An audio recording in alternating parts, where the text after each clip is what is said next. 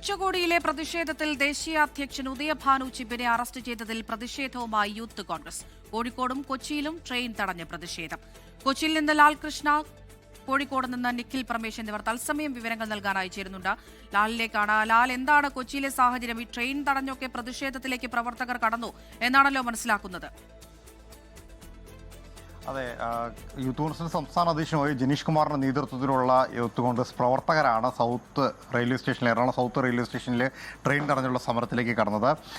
ആദ്യഘട്ടത്തിൽ തന്നെ പ്രഖ്യാപിച്ചൊരു സമരമാണ് എങ്കിൽ പോലും ട്രെയിൻ വരാൻ വൈകിയതുകൊണ്ട് സമരം അല്പം വൈകിയിരുന്നു. പക്ഷേ റെയിൽവേ ട്രാക്കിലേക്ക് ഇവർക്ക് പൂർണ്ണമായി കടക്കാൻ കഴിഞ്ഞില്ല എന്നൊരവസ്ഥ കൂടിയാണ്. കാരണം സമരപ്രഖ്യാപനവുമായി റെയിൽവേ സ്റ്റേഷനിലേക്ക് എത്തുന്ന സമയത്ത് തന്നെ RPFും പോലീസും ചേർന്ന് ഇവരെ തടയുകയായിരുന്നു. ജനീഷിന്റെ നേതൃത്വത്തിലുള്ള സംഘം അവിടെ കുത്തിയിരുന്ന് പ്രതിഷേധിക്കാൻ തുടങ്ങിയതോടെ ഇവരെ അറസ്റ്റ് ചെയ്ത് നീക്കുന്നതടക്കമുള്ള നടപടികളിലേക്ക് കടന്നു. ജനീഷ് കുമാറിനെ കയ്യിലെടുക്കുന്ന സമയത്ത് തന്നെ വലിയ രീതിയിലുള്ള പ്രതിഷേധം പ്രവർത്തകരുടെ ഭാഗത്തുനിന്നുണ്ടായി. ഇവർ തടയാനായിട്ട് എത്തിയിരുന്നത് തിരുവനന്തപുരം ഗുരുവായൂർ ഇന്റർസിറ്റി ആയിരുന്നു. പക്ഷേ ഇന്റർസിറ്റി ട്രാക്കിലേക്ക് എത്തുന്നതിന് തൊട്ട് മുമ്പ് ഓടിക്കയറിയ പ്രവർത്തകരെയാണ് RPFിൻ്റെ ഒരു സംഘം ചേർന്ന് തടഞ്ഞു നിർത്തിയെന്ന് മാത്രമല്ല, റെയിൽവേ ട്രാക്കിലേക്ക് പ്രവേശിക്കുന്നതിന് മുമ്പേ തന്നെ ഇവരെ പൂർണ്ണമായും റെയിൽവേ സ്റ്റേഷനിൽ പുറത്തേക്ക് കൊണ്ടുപോകാനുള്ള ശ്രമമാണ് നടത്തിയത്. ഈ ശ്രമത്തിൻ്റെ ഒടുവിലത്തെ ഭാഗമെന്നോണമാണ് ഈ പ്രവർത്തകരെല്ലാം തന്നെ റെയിൽവേ സ്റ്റേഷനിൽ കുത്തിയിരുന്ന സമരം നടത്തിയ പ്രവർത്തകരെ ഓരോരുത്തരെയായി തന്നെ വലിച്ചിഴച്ചുകൊണ്ടാണ് പോലീസ് സംഘം, RPFും പോലീസ് സംഘവും ബസ്സിൽ കയറ്റി അറസ്റ്റ് ചെയ്ത് നീക്കിയത്. എന്താണെങ്കിലും വലിയ രീതിയിലുള്ള പ്രതിഷേധത്തിന് ആക്കം കുറിക്കുകയായിരുന്നു ഉണ്ടായിരുന്നത്. സംസ്ഥാന വ്യാപകമായ ഒരു പ്രതിഷേധം എന്ന രീതിയിൽ തന്നെയാണ് യൂത്ത് കോൺഗ്രസ് ഇതിനെ മുന്നോട്ട് കൊണ്ടുവന്നത്.